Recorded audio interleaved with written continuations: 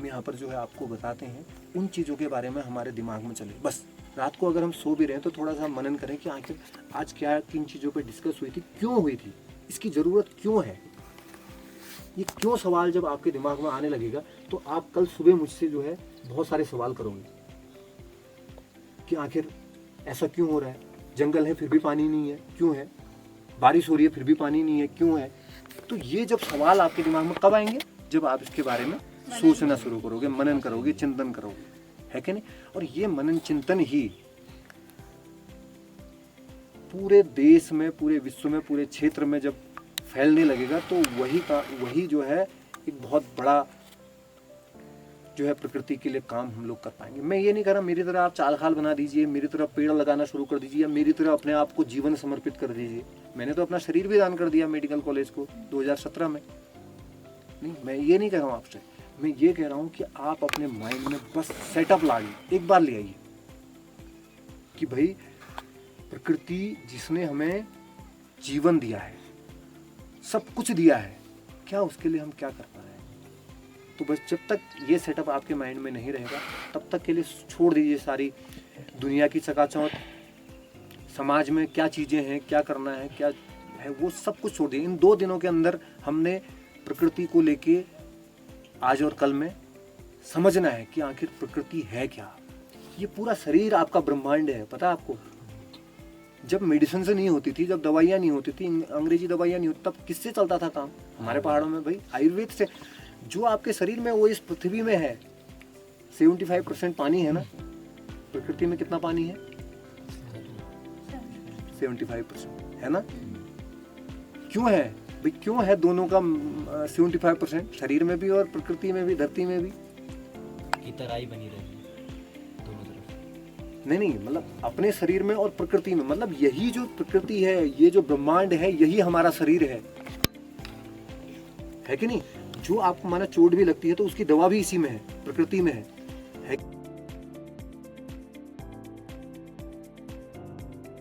और सबसे बड़ी चीज मैं आपको ये बताऊं कि नासा ने कभी एक ऐसी ऐप जनरेट की है कि वो लाइव जो है आपको देख सकता है।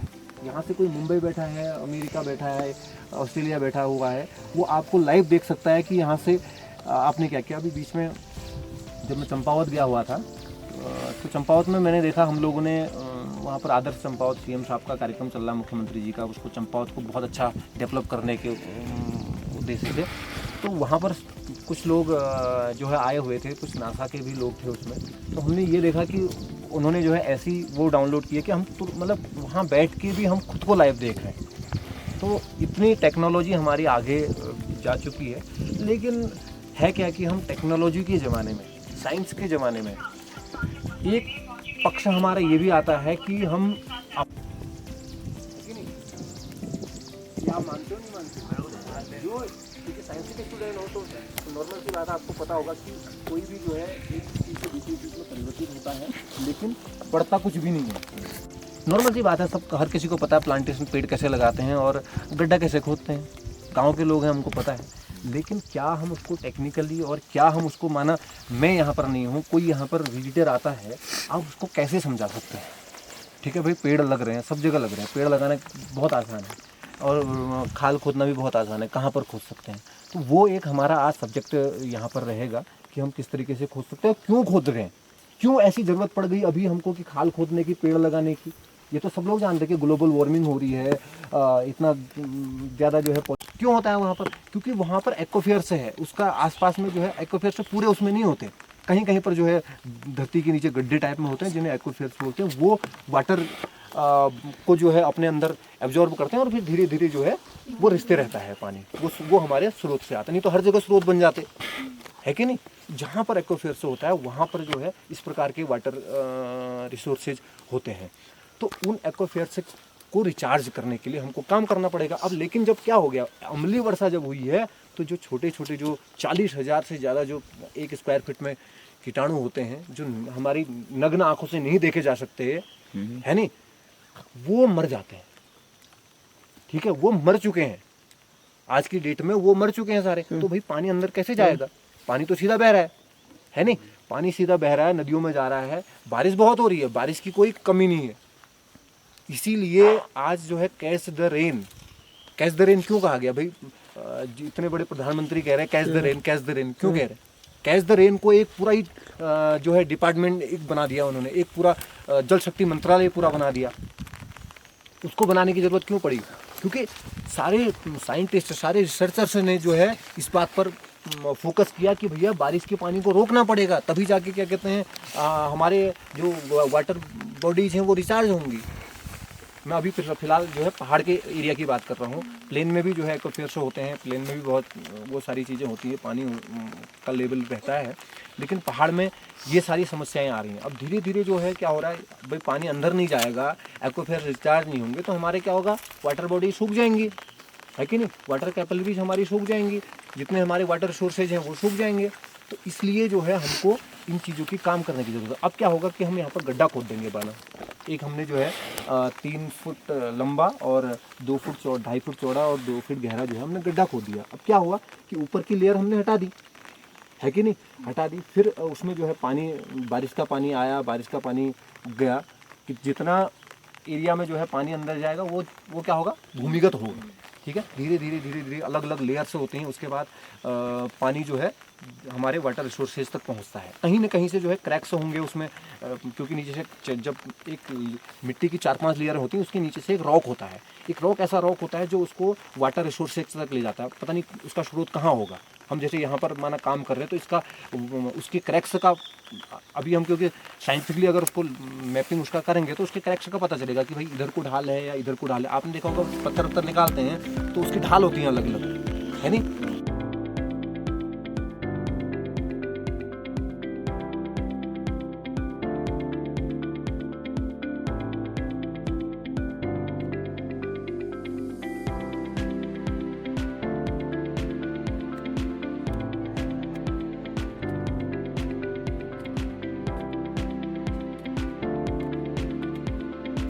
का जो है 1 फुट गहरा और लगभग 1 फुट ऐसे चौड़ाई में हम लोगों ने थोड़ा गड्ढा बना दिया। ठीक है,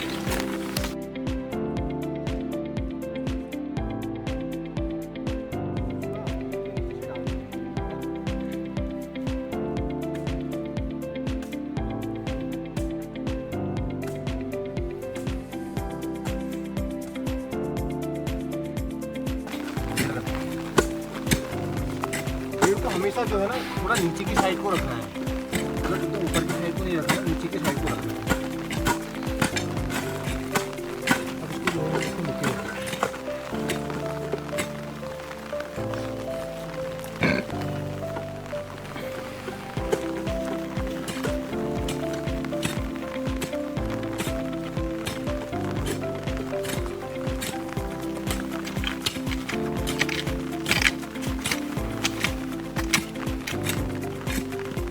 ये पत्थर होने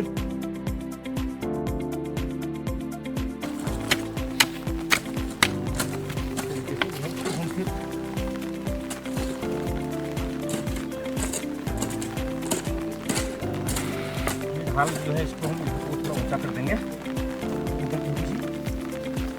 ढाल अभी क्या हुआ, हमने अगर इस पेड़ को हम इधर लगाते, जब मैं गड्ढा बना रहा था तो क्या होता, माना इसमें पानी भरते रहता तो क्या पता इसकी जो ये तना है वो पानी में रहता, सड़ भी सकता है। इसलिए हमने जो किया, गड्ढा जब बनाया तो इधर की साइड को रखा, है नहीं? तो क्या हुआ, अभी अब ये जो है यहाँ तक भी पानी भरेगा तो कोई दिक्कत नहीं होगी इसको, इसके जो तने को है वो कोई दिक्कत नहीं होगी। अभी क्योंकि बहुत सारे लोग मेरे से, जब मैं पेड़ लगा रहा था तो मेरे को पूछे कि तुम ये नीचे की साइड को क्यों लगाते हो, पेड़ को हमेशा नीचे की साइड को क्यों रखते हो? मैंने कहा भाई जब इसमें पानी भरते, चलो ये वाली मिट्टी तो ऐसी है, इसमें पत्थर है तो इसमें तो पानी ज़्यादा देर नहीं रुकेगा, लेकिन कहीं पर क्या होता है, जो वैसी मिट्टी होती है हमारी जिसमें पानी रुकता है तो 2-3 दिन तक भी रुक सकता है पानी। अगर बारिश लगातार होती रहे, रुकते रहे तो इसका तना जो है क्या हो सकता है, सड़ सकता है, तो बूदी लगेगी, इस पर फफूंद बनेगा, तो उसके बाद जो है ये खराब भी हो सकता है। तो ये चीज़ों का जो है हम लोगों ने क्या करना पड़ेगा, ध्यान रखना पड़ेगा। ठीक है नहीं, ऐसे आप लगाओ, ठीक है? पहला पेड़ हमारा लग गया है। वही से अभी जो है इस क्षेत्र में हम लोग बांज के पौधों का पौधारोपण कर रहे हैं। और बांज जो है पहाड़ का सोना कहा जाता है, जिसे हरा सोना भी कहा जाता है, क्योंकि ये जो है वाटर कंजर्विंग के लिए बहुत ही उपयोगी है। और यहाँ पर जितने भी भागता भारत के हमारे साथी हैं उनके द्वारा जो है यहाँ पर प्लांटेशन किया जा रहा है। अभी तक लगभग 20 पौधे जो है हम लोग यहाँ पर बाँच के लगा चुके हैं। और जो अभी देखिए आप, इस तरीके से जो है लगातार यहाँ पर पौधारोपण किया जा रहा है, बाँच के पौधों का पौधारोपण हो रहा है और प्रॉपर तरीके से जो है पौधों को यहाँ पर लगाया जा रहा है।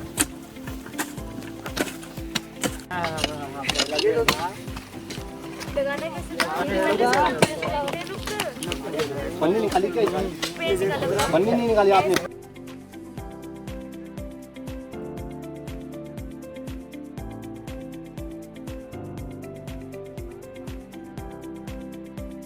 हेलो इतनी भाई आपने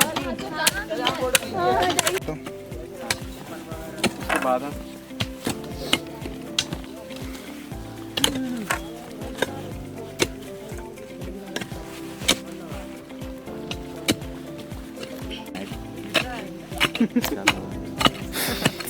हो जाएगा। ये वाली मिट्टी डालेंगे ना ऊपर से, मिट्टी काली डालेंगे ऊपर से खोद के।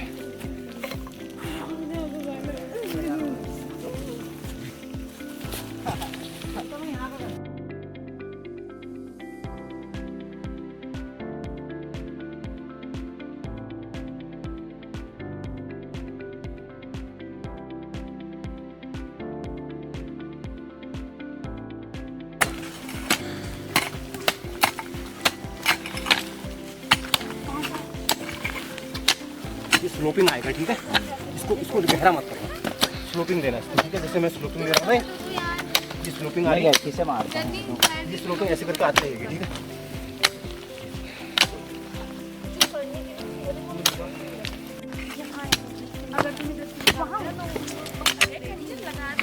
बेलचा चाहिए था यार, बेलचा अगर होता ना, बेलचा होता ना, इसके बाहर से पड़ती ना मिट्टी। नहीं बाहर। ये पत्थर भी गिरेगा नहीं ना इधर उधर। ये दिल्ली वाले आ रहे होंगे, यहाँ तो आएंगे ये जानवर लोग पहले पानी पीने, इसमें स्टॉक रहेगा तो हिमालयन थार और बहुत तरह के होते हैं। पूरा तार इसी जंगल में रहते क्या दादी बिलचा नहीं होगा क्या कहीं? बिलचा नहीं होगा क्या?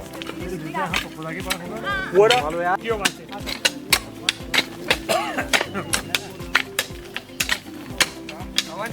और रोटियां कम नहीं।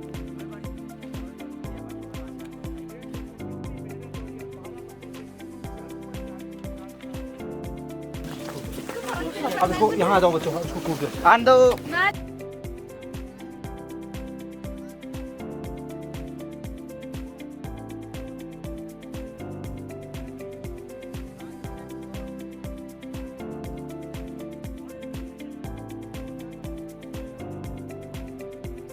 यहाँ पर भागता भारत के जो बच्चे हैं, युवा हैं, उनके द्वारा यहाँ पर एक खाल का निर्माण किया गया है जो पानी को रेन वाटर हार्वेस्टिंग के काम को यहाँ पर जो है दिखाता है। आप देखिए ये खाल जो है, कितना प्यारा खाल यहाँ पर बना दिया गया है। इसमें लगभग 4,500 लीटर पानी भूमिगत होगा। साथ में जब ये धीरे धीरे जो है इसमें पानी भरेगा और ये यहाँ पर को जो पशु हैं, पक्षी हैं, उनको भी इससे पानी मिलेगा। साथ ही जो नीचे जो जंगल है उसको भी प्रॉपर पानी मिल पाएगा।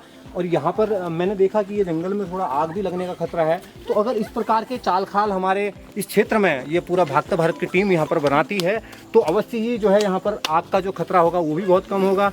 यहाँ पर आग भी नहीं लग पाएगी। और जो भूमिगत जो हमारे नीचे जो वाटर रिसोर्सेज हैं, जो भूमिगत जो पानी के स्रोत हैं, वो भी इससे रिचार्ज होंगे। तो ये एक बहुत ही सुंदर सा जो है यहाँ पर खाल सभी युवाओं ने यहाँ पर मिलकर बनाया है। मैं भागता भारत की पूरी टीम को बहुत बहुत उनका आभारी हूँ और धन्यवाद करता हूँ। Thank you.